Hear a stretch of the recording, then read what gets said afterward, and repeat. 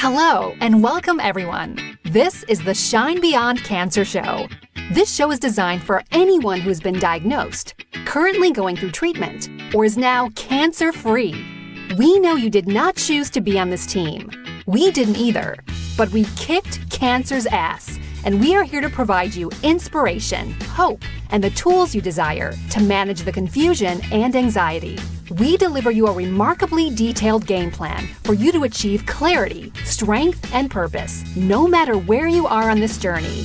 We are here to quarterback you through all aspects of your life so that you too shine beyond cancer to live a vibrant, abundant life. However, we are not here to treat, diagnose, or cure any illness or disease. We are making no medical or income claims. Let's get started with the show. Here are your co-hosts. From Wall Street to 9/11 first responder volunteer to wellness warrior and cancer thriver, Mark Slew. And from mom to marketer to master trainer and cancer thriver, Lisa Diamond.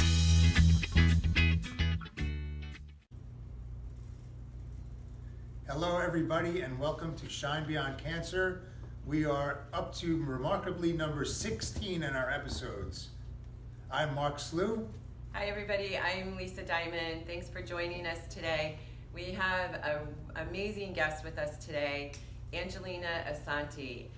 She is the author of Thank God I Got Cancer, I'm Not a Hypochondriac Anymore. As you can imagine, it's a comedy. And so Angelina, share with the audience just a little bit about your background, who you are, without the cancer tag on it. Okay, so, and that doesn't happen very often anymore, but basically I'm an author and I had written some books. You know, I was a fiction writer and I wrote books that were really not in the line of something funny with death and recovery. So I'm kind of used to making jokes at inappropriate times. I think some of that is just from being from New England. We laugh at things we, really shouldn't. So I just, that's what I was before. Yeah, I'm from Massachusetts. So yeah. How long have you been down here in Naples? Well, I don't live in Naples, so thank you for having me here today. I feel so safe down here. I live in Fort Myers. I love to pick on it. But anyway, so yes, I identify as a Napoleon. Is that very weird? Napoleon. Okay. Neapolitan.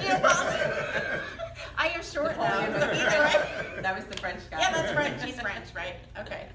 So what inspired you to write a book that's titled Thank God I Got Cancer? Because I'm sure people watching right now are like, what is wrong with this person? It's really funny too, because well, it's not that funny, but I've had people like throw that book at me. Like I'll be at book signings and I've had someone actually throw the book at me. I've had people come up and yell at me, "What's wrong with you?" And I'm like, "How much time do you have?"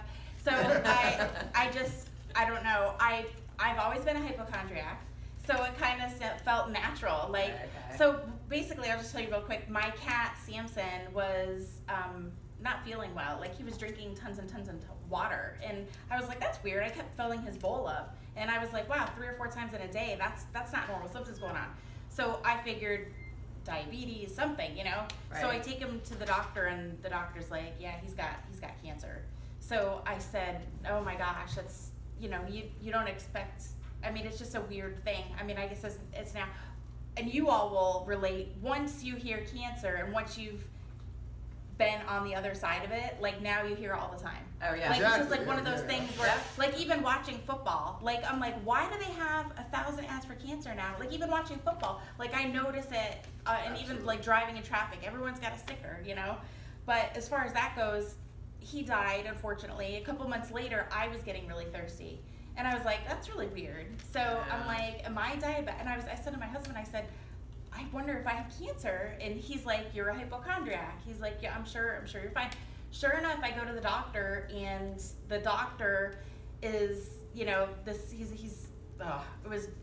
was not a good day. I actually felt bad for the guy. He was almost like in tears telling me, which was weird because my regular doctor had just retired.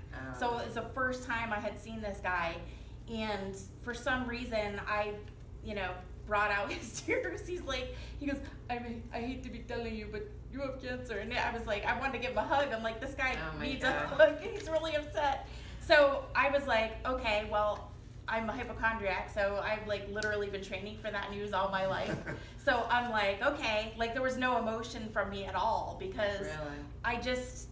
I don't know. I think you know your body, Right. and you know something's off. Yep. Like I just knew, like with me being thirsty, I tried to blame, you know, Dunkin' Donuts for the caffeine I was drinking, and you know, I was like, it's Florida, you know, that's why. But you know your body when something is not right. Right. And sure enough, he told me on the spot. He didn't have to wait for the biopsy.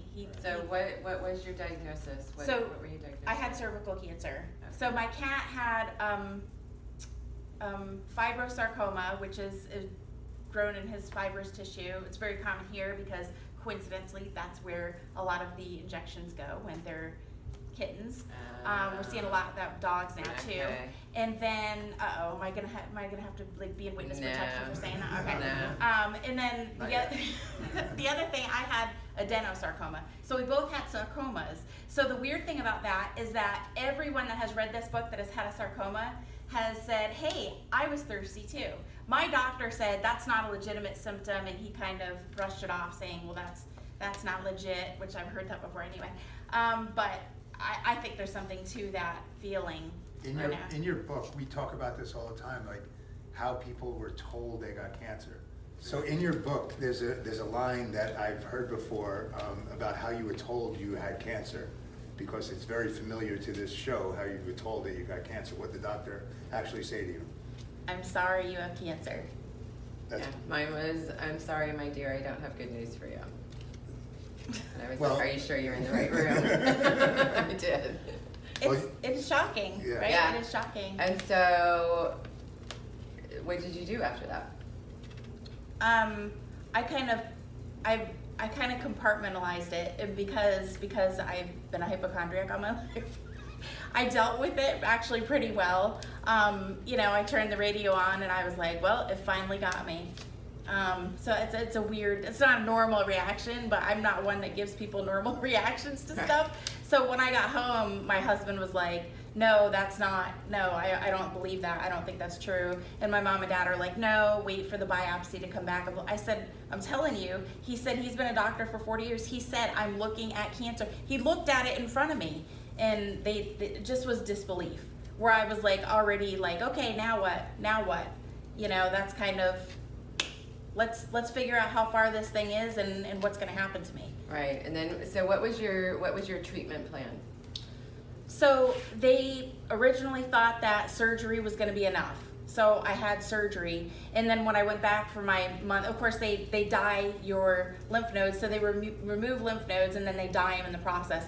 And I was told by my doctor, everything's fine. We took everything that had cancer, and you're going to be fine. And I was like, okay, because I'm thinking, he basically talked me out of radiation and chemo when I heard what happens to people that have those, and I was like, wow, those poor suckers. I'm so glad that I don't have to have that. So of course, a month later, he tells me I need chemo and radiation. So I was like, okay, well, I guess I'm not done writing the book. So then I wound up having that stuff for a couple months. And that was more impactful psychologically on me because of the type of people that I was in. I'll share something with you all. I wasn't going to tell anyone because it's in my next book. Oh, you're getting a sneak preview of the next book, so make sure you get out and get the first one. It's gonna mess with you. It really does mess with me. This woman that when you're doing those treatments, you're in with the same people every single day. Yep. So you get chatty and you talk about, you all commiserate with each other, because people that don't have cancer don't really get it. Your caregivers We've can. said that Yeah, they don't get times, it. yeah. Like my husband's like, well, I was married to someone who had cancer. It's not the same. No. It's not the same. When you hear those words, it's just not the same. But what happened with this lady was, it was October, so it's been 3 years. I'm almost right at the mark where I finished my treatments 3 years ago. But this woman was getting treatment, and she was saying, how far is your cancer, and how far is your, and she said, well, I'm terminal. I don't have long. She goes, I just want one more Christmas. Yeah. It just, when you look at things like that, and then you get on Facebook and people are mad because you voted for this person, you voted for this. You're like, this woman just wants to say goodbye to her family, Yeah. Sorry, I'm not so No, comedy it's- right now. I really am funny, I promise. Well, that goes back to, last episode is the grateful episode. It's like Yeah, people for don't sure. realize Yep. that, what they have, and you're talking about people don't get it, and we talk about that all the time, is, even Danielle, and even, I talk to her all the time, and she says to me, I said, you just don't understand. It's totally different when you go through it, Yeah. and you beat it, and you fought it, and it's just, your mindset changes, and everything about you changes, in my opinion. And I will say this, I know I don't give the impression, I don't take a lot of crap from people. I never have. Maybe that's, the Italian side of me. I'm looking at an Italian man. But now my fuse is even shorter. So if someone comes into my life or in my space with that negative stuff, I'm like, done. And I cut them off. I don't even let them start because I just can't. I Right. just can't. It's not worth it. It's not worth it. Life is too short. I don't need to put up with it. So what were some of the techniques, tools, tips that you used while you were going through to remain positive? So that has to do with who you're surrounding yourself with too. You have to be really careful. There were people I purposefully didn't spend time with just because they sucked all the energy out of me. And one of the things I had to do. They were probably sucking the energy out of you before you got cancer, That's right? true. You That's just- true. That's You true. were more tolerable then. But yeah, you're so more cognizant, aren't you, Oh, of yeah. that kind of stuff Yeah. and those types of people Yes. after or when you're going through it. One of the things I had to do, and this is a good tip for all you survivors out there, one of the things I had to do was had to put makeup on and I had to do my hair. Because even though I was in treatment, if I went, there were certain places I had to go, if I went anywhere, people would be like, Yeah. oh, bless your little heart. I know. Are you okay? Oh my gosh, you look so sick. Are you feeling okay? And I'm like, I'm healthy enough to smack you right now, so don't question how I'm feeling. Like that was annoying to me, like the Yeah. pity, or the, I'll pray for you. Why Yeah. don't you give me some chicken or something, do my laundry. I mean, it's great that people pray. I'm so grateful for your prayers. I don't want to sound ungrateful, but I need other stuff, I need someone taking me to chemo and that doing stuff like reminds that. me, so I lost my hair, right? I'm from chemo. And I just rocked bald. I went out bald. Sometimes I'd have a baseball cap on. Sometimes I'd wear a bandana, like I was a motorcycle rider.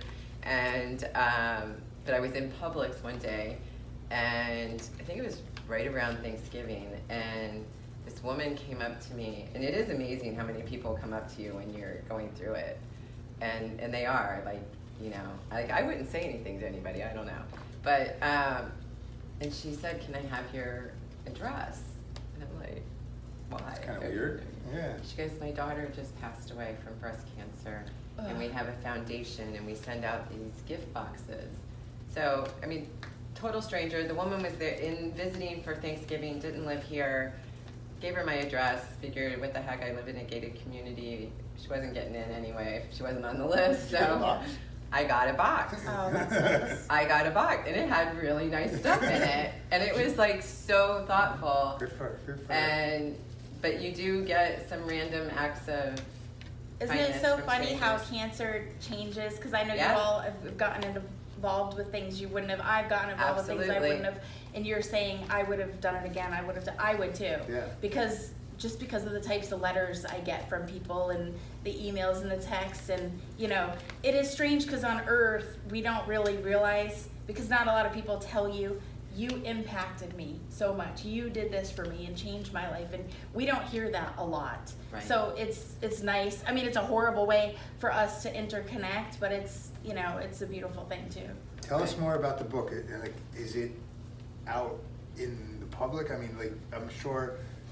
I know it's an ebook. I read it on an ebook. Oh, you did? Yeah, I read it off an ebook. So Amazon is the place you can get that at. I'm a small indie author, so I'm not in all these big stores, so you have to get that. And off it's the not internet. actually making fun of cancer. It's not like you're No. turning people off. No, not at all. No, people who actually read it, instead of getting turned off by the title. Now the title, I was told by a couple people. One of them was my editor. He said you cannot name it that. And I said, I'm doing it Yeah. because I don't like being told what to do. And I knew that book was going to strike a note with people, maybe not always a good one, but I knew that some people would. You that need would to re- get people's and also, attention. how many people do you all know that have had cancer that they tell their doctor something's wrong with me? And they feel like a hypochondriac because nobody's listening to them. Yeah. And then it turns out later on they have Yeah. cancer. It was 6 months for me. And Yeah, I knew see, something was so wrong. you Yeah. you know your own body. Right. Yeah. And you'll know, God forbid it ever comes back, I'll know, because I feel good now, and I know how I felt then. Yep. I'll know exactly in my own body. I don't need to go to the doctor. I could find out. I mean, I had a relapse. I told Danielle right away that the cancer's back. She's like, what do you mean it's back? I'm saying, I'm telling you it's back. I went to the doctor and it came back, after my first chemo treatment. I knew it. I knew it right away.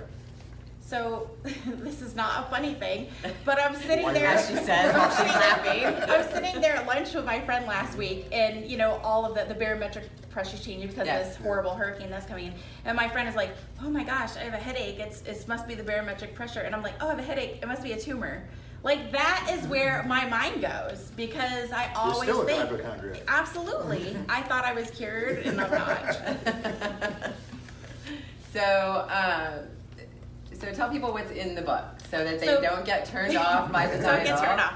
So basically what the book is about is it's my journal. I was journaling stuff. I went to the Cancer Treatment Center in Fort Myers and I said, do you all have a funny book for me to read? And they said, no, nobody wants a funny book about cancer treatment.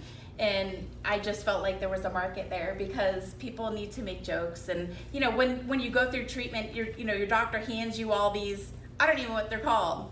They're like balls and sticks, like they look like DNA, something. I guess it's cancer cells.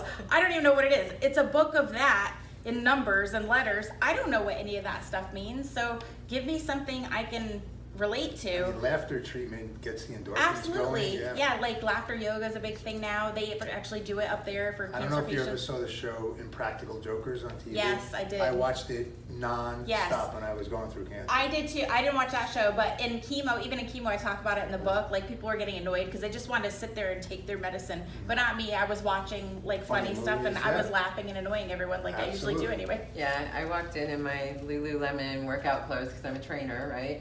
And I would walk in and all, cheerful and upbeat and like, okay, where's my cocktail? My daughter and I ordered pizza one day and played Uno. And, everyone else is sitting there in the chair like, death is right there sitting beside them. It's so true, and the attitude makes a huge difference. Did you all notice like the nurses and doctors saying stuff to you why your attitude makes a huge difference? Yeah. Because I had people telling me that too. And Absolutely. as a comedy writer, I'm not used to people saying good things about my attitude, but I tried to stay positive there, because I knew I had to get through it. I think it was worse for my family. I'm sure it was worse for your families because they're looking at you. Like my husband, I'll never forget the day he picked me up from chemo and he's like, "You look like E.T." I don't want to hear You don't that. know I know that, I'm yeah. sick and I'm not feeling well. On a really good side note though, for you cancer survivors, if you want to get out of something, I've learned this trick. It's really great. I learned it from cancer. So remember I said I used to make myself look good so I didn't look sick? Now, if I want to get out of something, I don't do makeup, I don't do my hair, and I tell people I'm fatigued. Because we say you're tired, everyone's tired, but if you want to get out of something, just say, Fatigued. I'm fatigued, and they go, oh no, she's sick again. And then you get out of it. So there's a tip for y'all. Well, we always end each show, and thank you for being here, and thank you for Thanks for joining having us. me.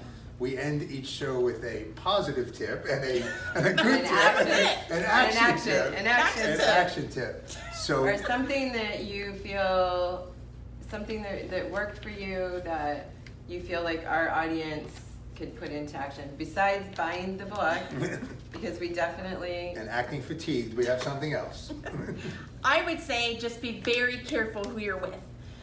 Be very careful who you allow into your precious time. Life is so short, and just be really mindful of who you're allowing in your life because they can just suck it out of you and really hurt your will to live. Seriously, I really think you should have fun, make jokes, be around people who make you laugh, and just try to enjoy every day.